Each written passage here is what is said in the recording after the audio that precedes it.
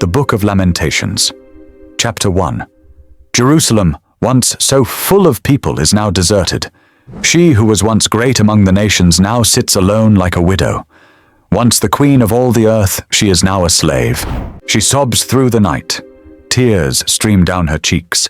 Among all her lovers, there is no one left to comfort her. All her friends have betrayed her and become her enemies. Judah has been led away into captivity, oppressed with cruel slavery. She lives among foreign nations and has no place of rest. Her enemies have chased her down, and she has nowhere to turn.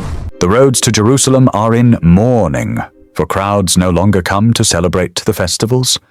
The city gates are silent, her priests groan, her young women are crying. How bitter is her fate! Her oppressors have become her masters, and her enemies prosper, for the Lord has punished Jerusalem for her many sins. Her children have been captured and taken away to distant lands. All the majesty of beautiful Jerusalem has been stripped away. Her princes are like starving deer searching for pasture. They are too weak to run from the pursuing enemy. In the midst of her sadness and wandering, Jerusalem remembers her ancient splendor. But now she has fallen to her enemy, and there is no one to help her. Her enemy struck her down and laughed as she fell. Jerusalem has sinned greatly, so she has been tossed away like a filthy rag. All who once honored her now despise her, for they have seen her stripped naked and humiliated. All she can do is groan and hide her face. She defiled herself with immorality and gave no thought to her future. Now she lies in the gutter with no one to lift her out. Lord, see my misery, she cries. The enemy has triumphed. Okay. The enemy has plundered her completely, taking every precious thing she owns. She has seen foreigners violate her sacred temple, the place the Lord had forbidden them to enter. Her people groan as they search for bread. They have sold their treasures for food to stay alive. O Lord, look, she mourns, and see how I am despised. Does it mean nothing to you, all you who pass by? Look around and see if there is any suffering like mine, which the Lord brought on me when he erupted in fierce anger. He has sent fire from heaven that burns in my bones. He has placed a trap in my path and turned me back. He has left me devastated, racked with sickness all day long. He wove my sins into ropes to hitch me to a yoke of captivity. The Lord sapped my strength and turned me over to my enemies. I am helpless in their hands. The Lord has treated my mighty men with contempt. At his command, a great army has come to crush my young warriors. The Lord has trampled his beloved city like grapes are trampled in a winepress. For all these things I weep, tears flow down my cheeks. No one is here to comfort me. Any who might encourage me are far away. My children have no future, for the enemy has conquered us. Jerusalem reaches out for help, but no one comforts her. Regarding his people Israel, the Lord has said, "Let their neighbors be their enemies. Let them be thrown away like a filthy rag." Oh, the Lord is right, Jerusalem says, for I rebelled against him. Listen, people everywhere, look upon my anguish and despair, for my sons and daughters have been taken captive to distant lands. I begged my allies for help, but they betrayed me. My priests and leaders starved to death in the city, even as they searched for food to save their lives. Lord, see my anguish. My heart is broken, and my soul despairs, for I have rebelled against you. In the streets the sword kills, and at home there is only death. Others heard my groans, but no one turned to comfort me. When my enemies heard about my troubles, they were happy to see what you had done. Oh, bring the day you promised, when they will suffer as I have suffered. Look at all their evil deeds, Lord. Punish them, as you have punished me for all my sins. My groans are many, and I am sick at heart. Lamentations. Chapter 2. The Lord in his anger has cast a dark shadow over beautiful Jerusalem. The fairest of Israel's cities lies in the dust, thrown down from the heights of heaven. In his day of great anger, the Lord has shown no mercy even to his temple.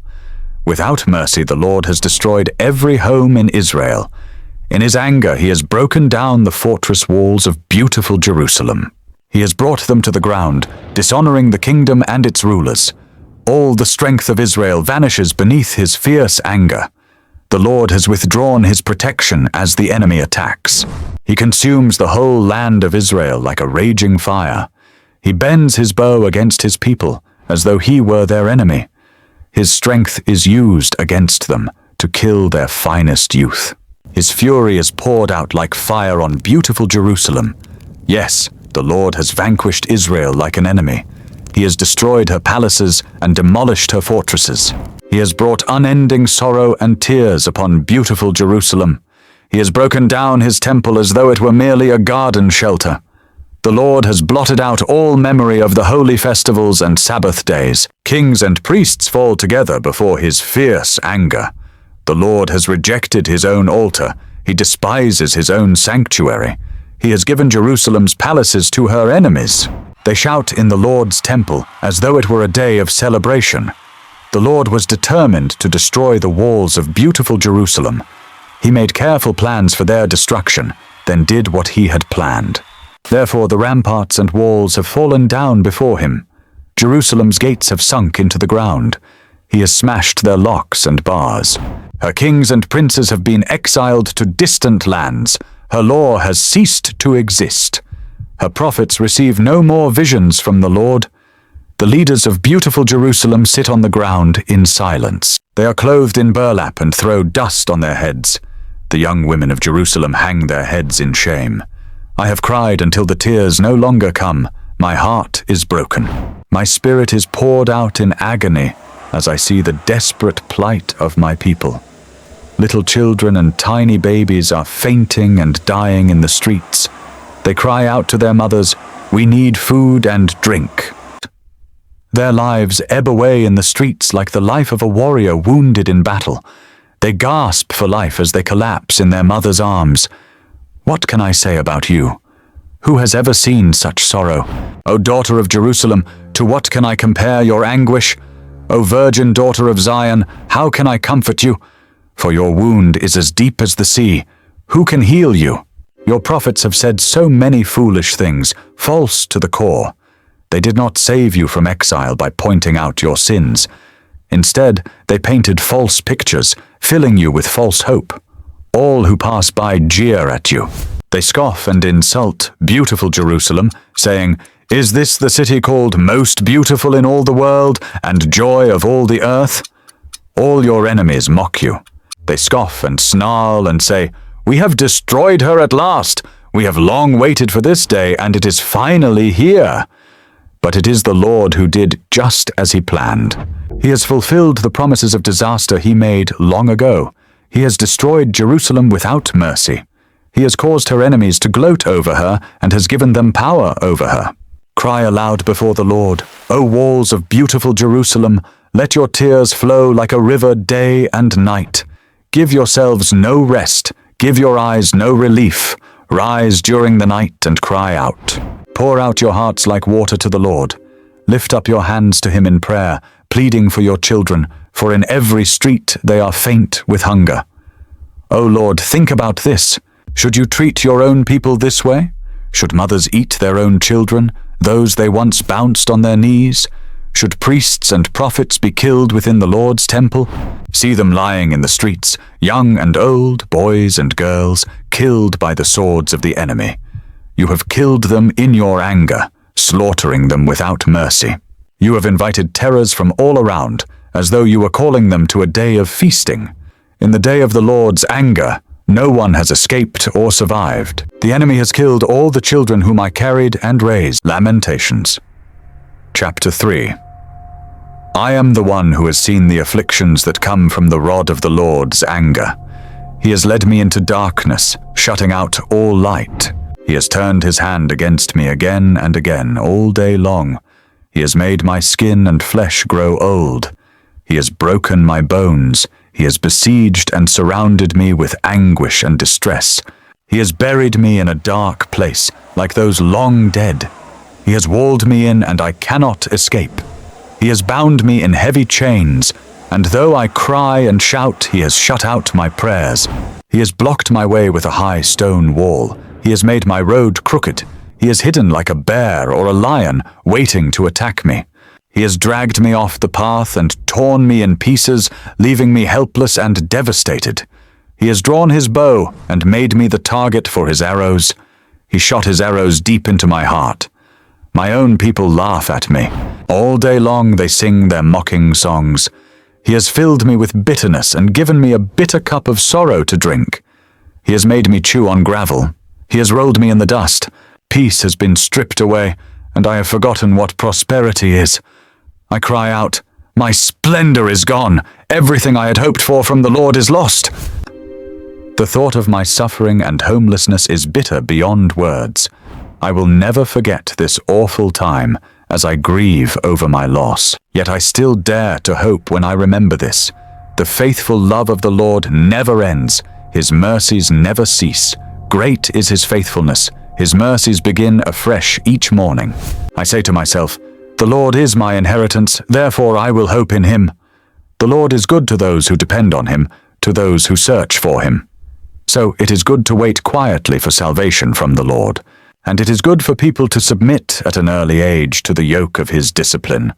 Let them sit alone in silence beneath the Lord's demands. Let them lie face down in the dust, for there may be hope at last. Let them turn the other cheek to those who strike them and accept the insults of their enemies. For no one is abandoned by the Lord forever. Though he brings grief, he also shows compassion because of the greatness of his unfailing love. For he does not enjoy hurting people or causing them sorrow. If people crush underfoot all the prisoners of the land, if they deprive others of their rights in defiance of the Most High, if they twist justice in the courts, doesn't the Lord see all these things? Who can command things to happen without the Lord's permission? Does not the Most High send both calamity and good? Then why should we, mere humans, complain when we are punished for our sins? Instead, let us test and examine our ways. Let us turn back to the Lord. Let us lift our hearts and hands to God in heaven and say, we have sinned and rebelled, and you have not forgiven us. You have engulfed us with your anger, chased us down, and slaughtered us without mercy. You have hidden yourself in a cloud, so our prayers cannot reach you. You have discarded us as refuse and garbage among the nations. All our enemies have spoken out against us. We are filled with fear, for we are trapped, devastated, and ruined. Tears stream from my eyes because of the destruction of my people. My tears flow endlessly. They will not stop until the Lord looks down from heaven and sees. My heart is breaking over the fate of all the women of Jerusalem. My enemies, whom I have never harmed, hunted me down like a bird. They threw me into a pit and dropped stones on me. The water rose over my head, and I cried out, "This is the end." But I called on your name, Lord, from deep within the pit. You heard me when I cried. Listen to my pleading, hear my cry for help.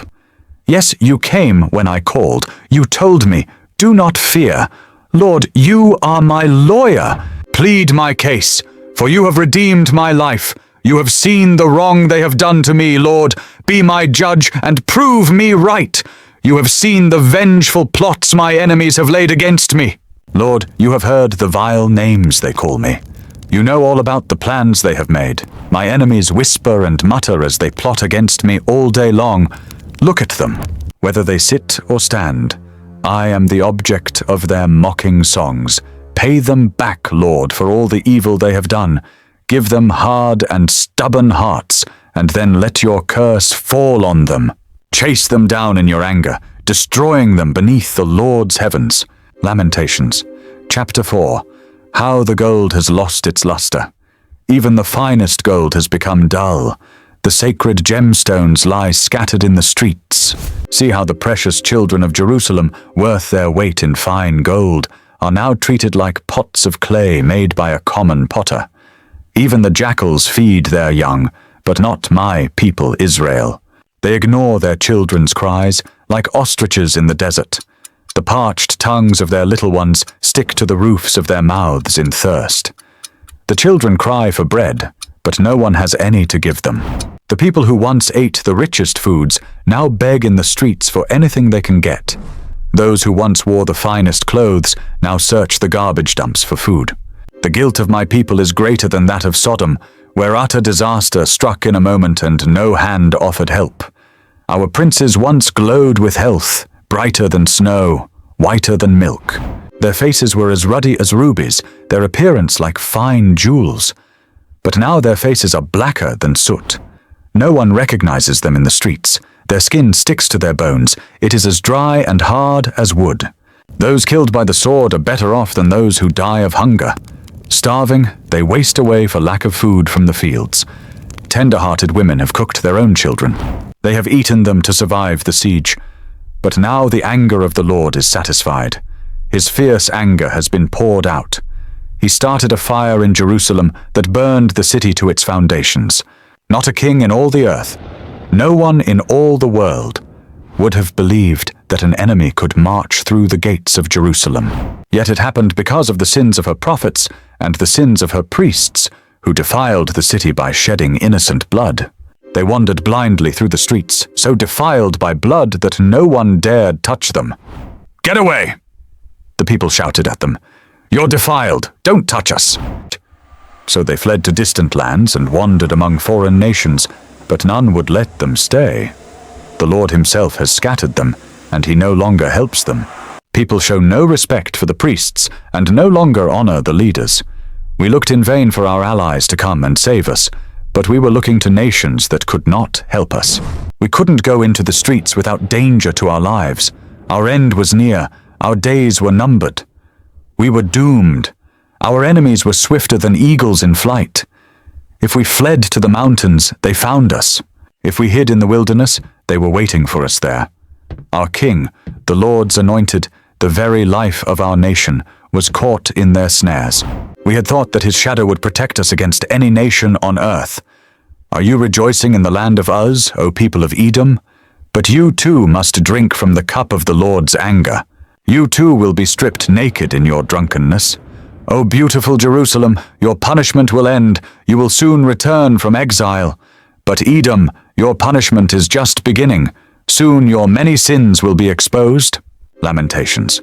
Chapter 5. Lord, remember what has happened to us. See how we have been disgraced. Our inheritance has been turned over to strangers, our homes to foreigners. We are orphaned and fatherless. Our mothers are widowed. We have to pay for water to drink, and even firewood is expensive. Those who pursue us are at our heels. We are exhausted, but are given no rest. We submitted to Egypt and Assyria to get enough food to survive. Our ancestors sinned, but they have died, and we are suffering the punishment they deserved. Slaves have now become our masters. There is no one left to rescue us. We hunt for food at the risk of our lives, for violence rules the countryside. The famine has blackened our skin as though baked in an oven. Our enemies rape the women in Jerusalem and the young girls in all the towns of Judah. Our princes are being hanged by their thumbs, and our elders are treated with contempt. Young men are led away to work at millstones, and boys stagger under heavy loads of wood. The elders no longer sit in the city gates. The young men no longer dance and sing. Joy has left our hearts. Our dancing has turned to mourning. The garlands have fallen from our heads. Weep for us because we have sinned. Our hearts are sick and weary, and our eyes grow dim with tears. For Jerusalem is empty and desolate, a place haunted by jackals. But Lord, you remain the same forever. Your throne continues from generation to generation. Why do you continue to forget us? Why have you abandoned us for so long? Restore us, O Lord, and bring us back to you again. Give us back the joys we once had. Or have you utterly rejected us? Are you angry with us still?